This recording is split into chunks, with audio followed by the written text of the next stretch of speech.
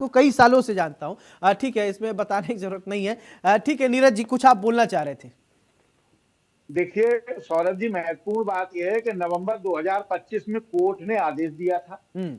और इसमें 3 महीने का समय दिया गया था। जो हमारे बड़े भाई डॉक्टर साहब कह रहे थे कि 2 महीने का समय, दो ने 3 महीने का समय दिया था।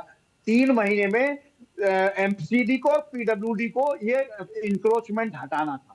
पूरी प्रक्रिया अपनाई गई, नोटिस छपा किया गया, बाकायदा फाइल चली, दस्तावेज हुए, सारे न्यायालय में प्रस्तुत किए गए। हम्म। उसके बाद कोर्ट ने इंक्रोचमेंट हटाने की बात कही गई। हम्म। निश्चित रूप से जब से इस बात से मैं सहमत हूं उनकी से कि जब से भारतीय जनता पार्टी की दिल्ली में सरकार आई, कभी झुग्गी झोपड़ी हो या इस तरह, लेकिन सारी चीजें इस इंक्रोचमेंट को जोड़ते हुए सारी चीजें निश्चित रूप से संवैधानिक रूप से की जा रही हैं।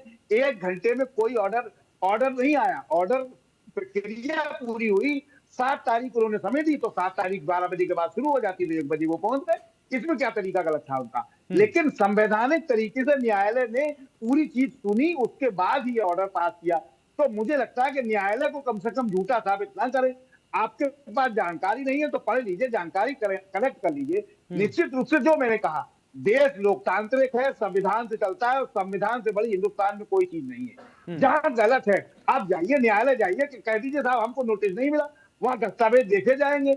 आप आज तक बताइए, संबल वाले मामले के बाद क्या कोई हज कमेटी या कोई संस्थान, कोई व्यक्ति विशेष करके वहां गया? सुप्रीम कोर्ट में कतर जो आपने डायरेक्शन जारी किया था, उस डायरेक्शन के हिसाब से कार्रवाई नहीं, कोई नहीं जाएगा, न कोई जाता है। लेकिन टीवी चैनल पर डिबेट में बैठ के आप कह रहे हैं संवैधानिक है, संवैधानिक। अरे लोकतांत्रिक प्रक्रिया अपनाई गई, उसको चैलेंज करिए आप। न्यायालय के आदेश पे हो रहा है ना, पुलिस ने आदेश दिया हो, दिल्ली पे सरकार ने आदेश दिया हो, तो हम आपकी बात को मान सकते हैं कि आप सही कह रहे हैं। निश्चित रूप से न्यायालय के आदेश का पुलिस पालन कर रही थी। और न्यायालय पे पत्थरबाजी करने वाले आप कौन होते हैं?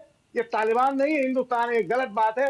निश्चित रूप से अगर कोई व्यक्ति पत्थरबाजी करता है, सौरभ जी, उसका चिन्हीकरण हो और उसके खिलाफ ऐसी दंडात्मक कार्रवाई की जानी चाहिए जिसकी नजीर बने, क्योंकि ये हिंदुस्तान है, तालिबान नहीं जी। बिल्कुल ठीक है।